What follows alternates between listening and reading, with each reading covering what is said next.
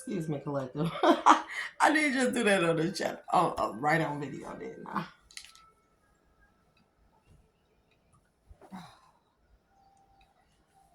So, collective, we are definitely back. Elevations again.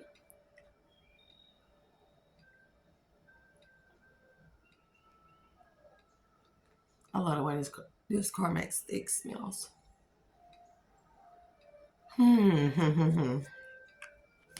So, collective, let's do another. Let's do another chit chat for a second.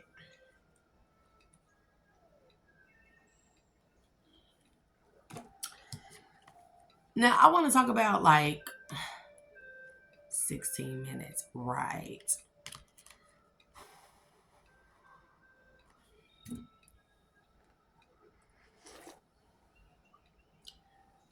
Yes, I'm drinking coffee. So I want to talk about divine masculine and divine feminine for a second. Since I only have a short period of time, I'm going to try and make this quick as possible, okay? No, that's not the cards I want. Now, in my my tarot oracle of Thoth, he is the Egyptian god that they say taught Alexander the Great, or I forget how to say his name, Herodotus. Anyways, story for other days. But he is known as the Egyptian god of knowledge, science, wisdom, all kinds of things, magic, alchemy, everything, right? Has a lot. That's why I read the Emerald Tablets of Thoth. That's why I was very attracted to this deck. Now, my daughter, she just keeps texting me. In this deck, we have the Magus and the Aeon. The Aeon is divine feminine. They're generic cards, so get over it. Hopefully you have a good one. But anyways, notice that the Aeon, aka the divine feminine,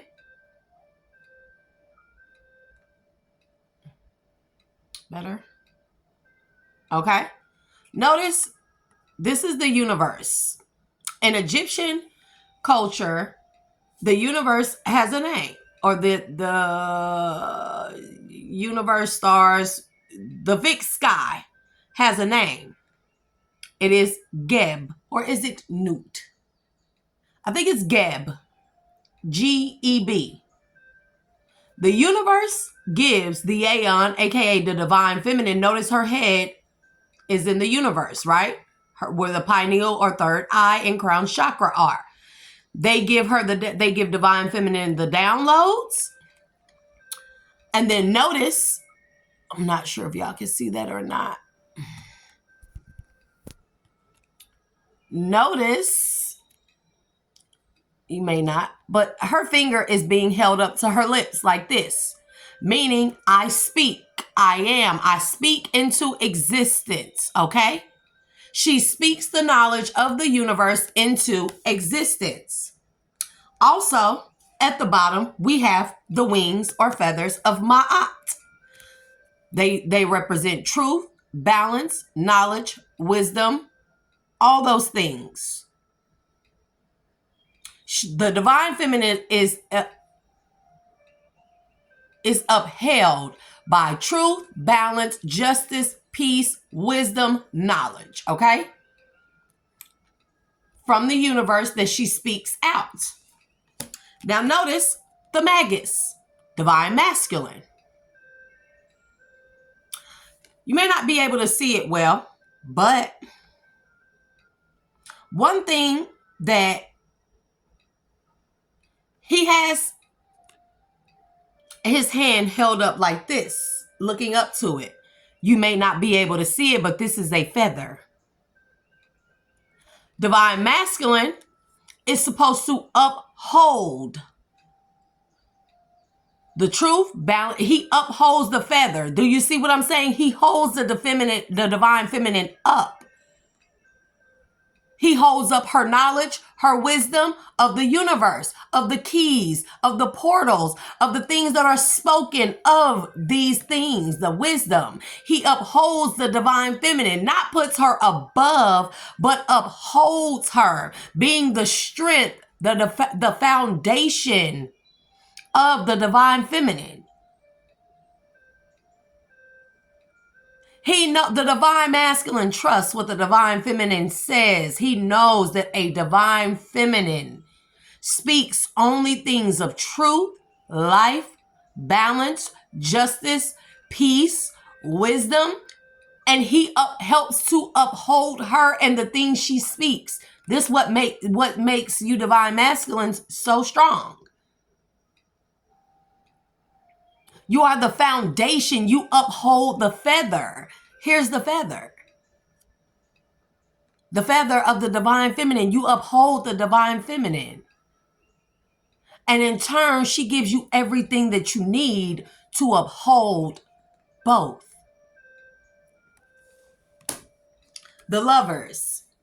And I did pick these out myself because I wanted to make I wanted to give like a type of demonstration with, like the pictures to go with it, because a lot of people are visual, seeing is believing. So I wanted to put an illustration to what I'm saying. So here we have the lovers, okay? And we have divine feminine and divine masculine. But notice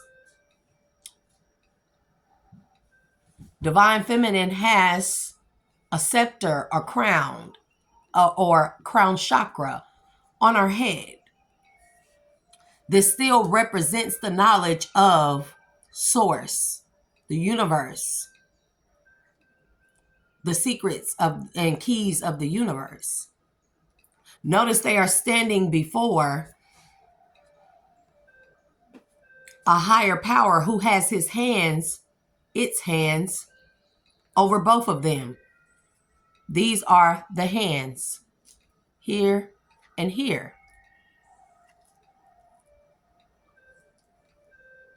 And then, of course, we have Cupid here, aka the cherubim, that is aiming its arrow down at the woman, or divine feminine, showing that divine feminine has to have love and be loved in order for her crown to properly be activated or to work and operate properly.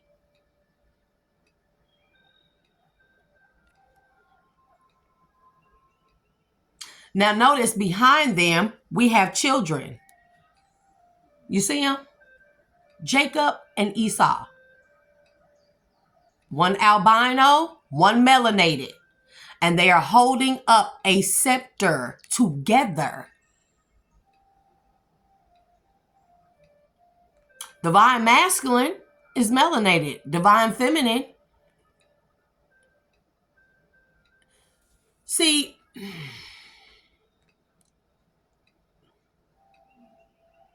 because I really don't like to bring race into these things, but race has to be brought about either way.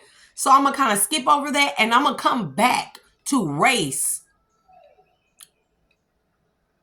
Tones, hue, mans. Hue means color to, color added to, a shade of. That's what hue is. H-U-E, man.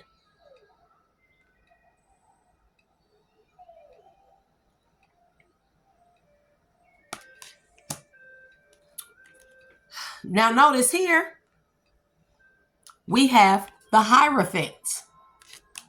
Sorry. Same as here. But here, you only see the hands of the Hierophant, not the face. But here, we see the Hierophant, the Most High, source. And if you see, in front of the Hierophant, the divine or source, is divine feminine. You may not be able to tell, but there is a triangle here, and it's aiming down to divine feminine. That means that all the knowledge that divine has, this is a scepter, this is power. Divine knowledge, power, wisdom, everything is triangulated and instilled within divine feminine.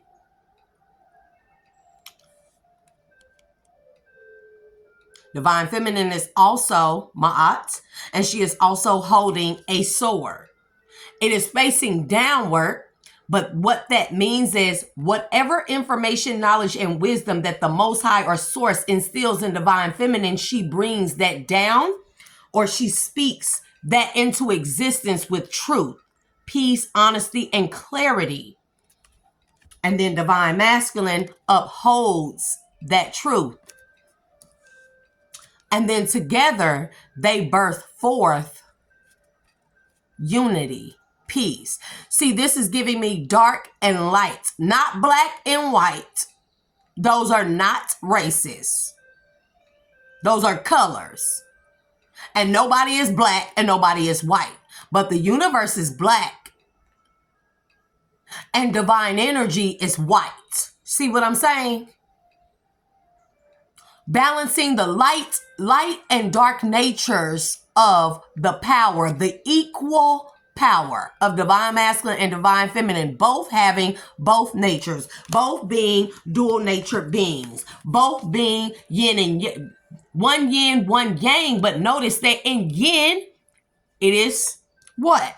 White or light or wisdom or knowledge of what? The darkness. Notice that in the light, it has both natures, light and dark. Notice in this one, yang, he is the darkness, but he has both dark and light. But together, they bring about balance. Balance of power. When they both have their hands on the scepter, the divine union, the scepter, the power, this is power couples. They both bring forth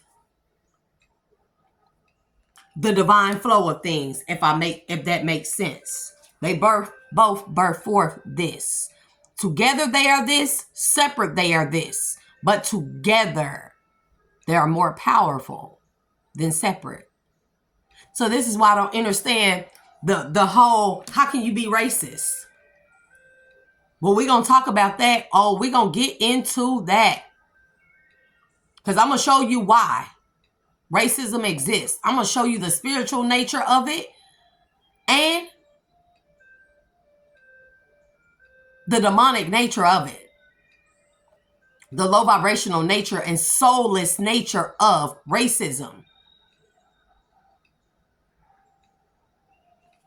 Notice that racism sounds like erase. Notice that race sounds like erase. I want people to think about that. Here we have the devil. No matter what, do you see the wings of Ma'at, the sword? But the devil uses the sword to come in between the two. Notice that both of these people, both this section and this section, they are in bubbles. And they all like floating around all crazy. Looking silly. None of them have their hands on the sword of truth or scepter power of truth. The devil's biggest tactic is to divide and conquer using illusions and fallacies of race or of differences. I'm not even finna say race, or to erase. To erase what? To erase the dual natures, to erase the oneness, the equilibrium of how important both are by dividing and conquering, by erasing. Am I making sense? That's why I use that. And so I'm going to end this here since my phone wants to say I only have so much time left on recording. We're not even finna do that because I done cleared this phone well. So I wanted to dang.